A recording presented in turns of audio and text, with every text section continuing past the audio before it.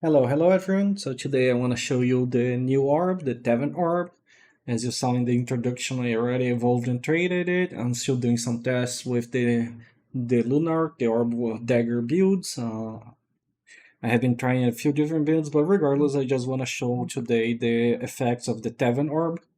So the effect it does, it applies an arrow for 10 seconds whenever you use Star Destroyer on the first enemy hit, or the closest enemies on Supernova Collapse, which are two different skills. It's gonna spawn an aura, that aura is gonna do a little bit of damage every 0.5 seconds, and it's gonna apply a weaken effect that increases the debuff duration by 12% or 9% if you have the other version, 8%, up to 5 times. So the best way to show it is just to use the Star Destroyer. The Star Destroyer is the really weird ball Rasengan thing that you use, and the first enemy that is hit with it is gonna proc the Taven. As you can see, this is the effect. It lasts for 10 seconds, does a little bit of damage, and stacks this in AoE.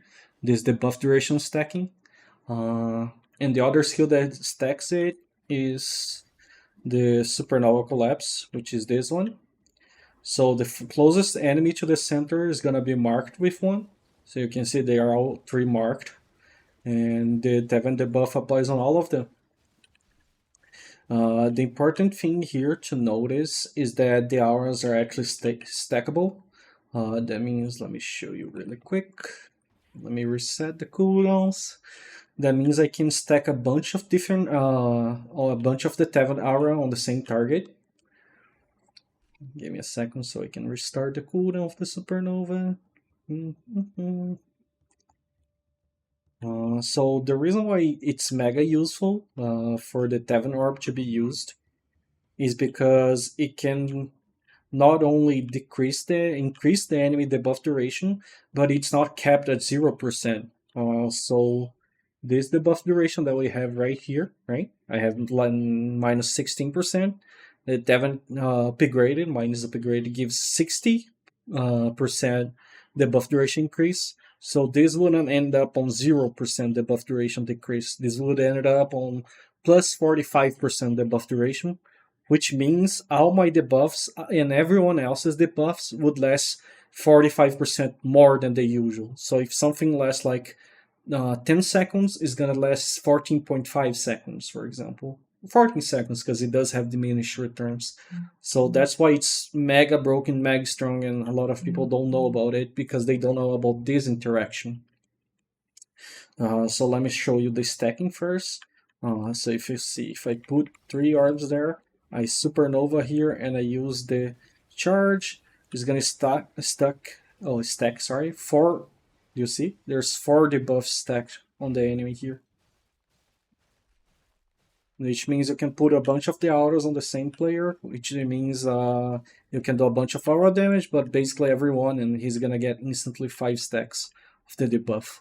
Now let me show you another very good interaction with it, and it's one of the main reasons why I think it's really strong on Orb Dagger and Orb other classes like 1, is, for example, let's say I want to proc Light Infusion, right, which removes the endurance. I can do that, and let's just throw one of the charges here. So as you can see, not only it lasts a whopping 13 seconds, but with a single cast, I managed to stack 20 thunderclouds, and the enemy basically cannot dodge it because it's stuck on him. So it's really, really good to leave a permanent endurance shred on the enemy. So you can do something like just spread, let's say like that, and then explode, boom, and now this enemy is gonna have like the thundercloud shred extended for as much as the Taven corruption stays. Now let's show us some different things. Let me put my legendary one just to show you guys that. So if we use some skills, let's say like this and this and this. So if I put the time for punishment on the enemy, it lasts 9 seconds, right? But as I showed before, if you stack it So let's say I'm gonna stack with the debuff duration. This should be increasing by 60%. So when I put the time for punishment, now it lasts 15 seconds. So increased from 9 to 15 seconds. If you're viewer of me, of like Darkblight, Curse Bomber, you know what this means. This means not only the buffs last longer, but curses as the buffs also last longer, which means curses do more damage as well. So for example, if you don't have, let me change this to the King Touch because I think it's better visually. Let's say you cast the King Touch, right? The King Touch is gonna last 9 seconds. But if you use the King Touch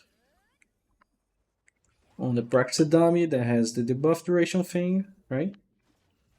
Boom. Now it's 15 seconds as well. So you can see this solves the problem for the curse bombing.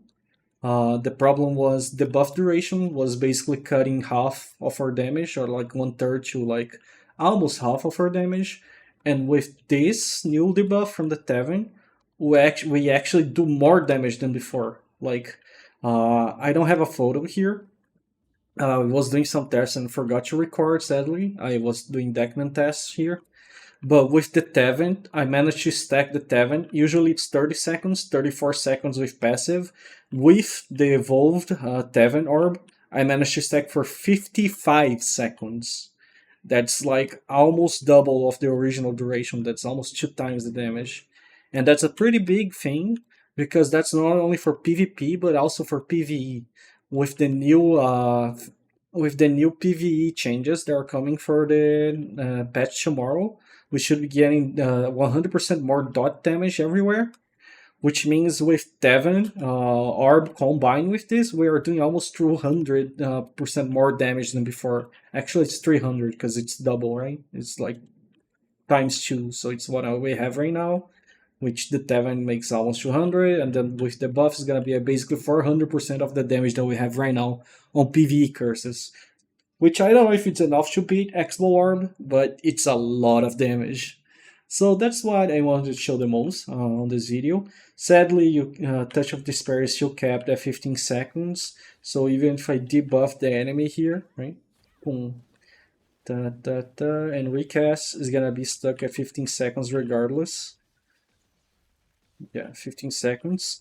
There is, however, a caveat into it, which is for some reason the first touch that you cast is not locked for 15 seconds. I don't know what shenanigans they did on the coding, but if we do this here, for example, let me grab just this for now.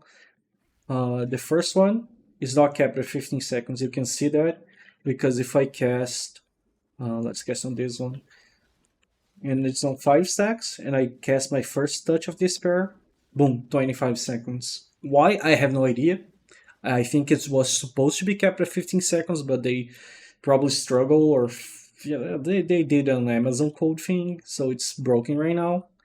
I mean, that's kinda bug abusing, but honestly, I don't know. Up to you to decide if that's a bug abusing or not. But you can use this knowledge to do bombing. So with this, what you can do, I don't have the proper setup here, sorry. But basically you can imagine starting with something like this, or Supernova Collapse, and then you would do like Decaying Touch, spread with Karmic and Explode.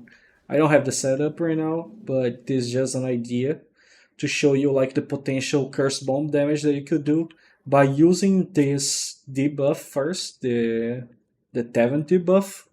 You actually can increase your curse damage by at least like 20 to 50%, I would assume.